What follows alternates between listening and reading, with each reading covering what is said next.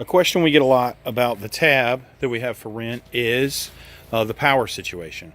So this is what plugs into the side of the tab, and this is for 30 amp because it's what the tab runs on, and this is what you would plug into the 30 amp at your campsite. But maybe they have, you want to plug it in at your house and charge it up before you go. So we have that right here. This turns 30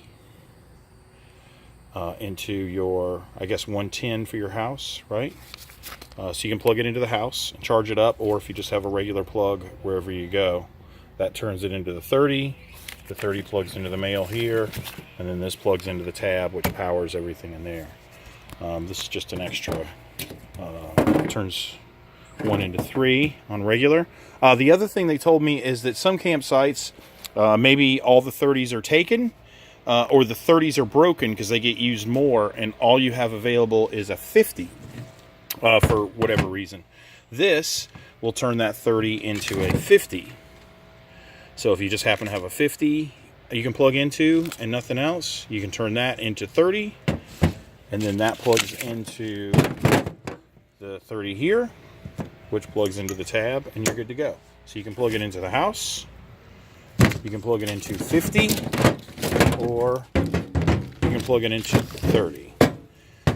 The other question we get is how the tab plugs into the car for towing.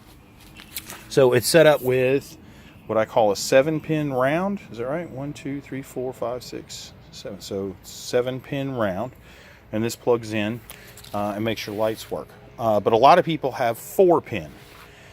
So the question is, can they tow the car or tow the tab with their vehicle and make the lights work if they only have that 4-pin flat, which is this 4-pin flat, right? What they told me that's called.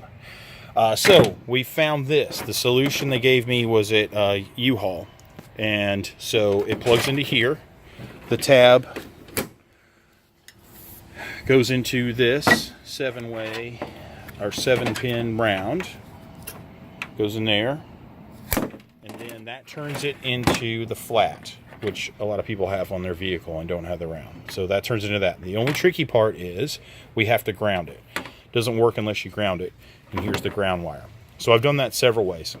We've attached it to the trailer because not everybody's ball's in the same place, so it can't work for everybody exactly the same way. We've plugged it into the license plate, or we pull the pin out of the license plate and screw it back in so it's in that metal bumper. And we've done it different ways, but it works like a charm. We've used it on 5 vehicles now. So you plug the tab into here, turns it into 4-pin flat, and then we just have to ground it somehow, which hasn't been rocket science so far. There's usually been a pretty easy solution to that, and it works fine. So that's the question for that. All of this stuff lives in the toolbox on the front of the tab, and since we're here, we'll just take a tour of that real quick. We have just miscellaneous tools in here in this toolbox. We just kind of learn as we go, stuff that we need. This is the crank to put there are supports underneath the tab that go up and down just to stabilize it. They're called stabilizers, but you can't lift it with those. You have to get it level and then put the stabilizers down. Have a hose for hooking up water if you have that at your campsite. These are chocks that just keep the tab from rolling away from you when you don't want it to. And then my fancy red bucket, which I like to wash dishes in. We have a tie down here.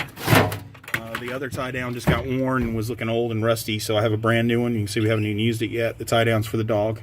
There's a stake that goes into the ground. This is the battery. The battery runs the lights, and that's really about it. Oh, and the big fan up on the top. So there is a battery in here. It won't run the AC or anything. It's just not powerful enough. But it runs the basic stuff. You can charge your phone, turn lights on, that kind of stuff. And then the propane tank, which runs the heater. One of the options is the heater. The heater can run independently on power, or it can run off of this if you're boondocking or whatever. It also runs the stove in the back. And we just keep all the cables and stuff in here that we just did the tour on. And usually we have some walk-in sticks, that kind of stuff that we stick in here. And we also throw our wet things in here. So if we got wet bathing suits or that kind of stuff, we toss them in here so they don't get their tab dirty or wet on the inside, and just deal with it when we get home.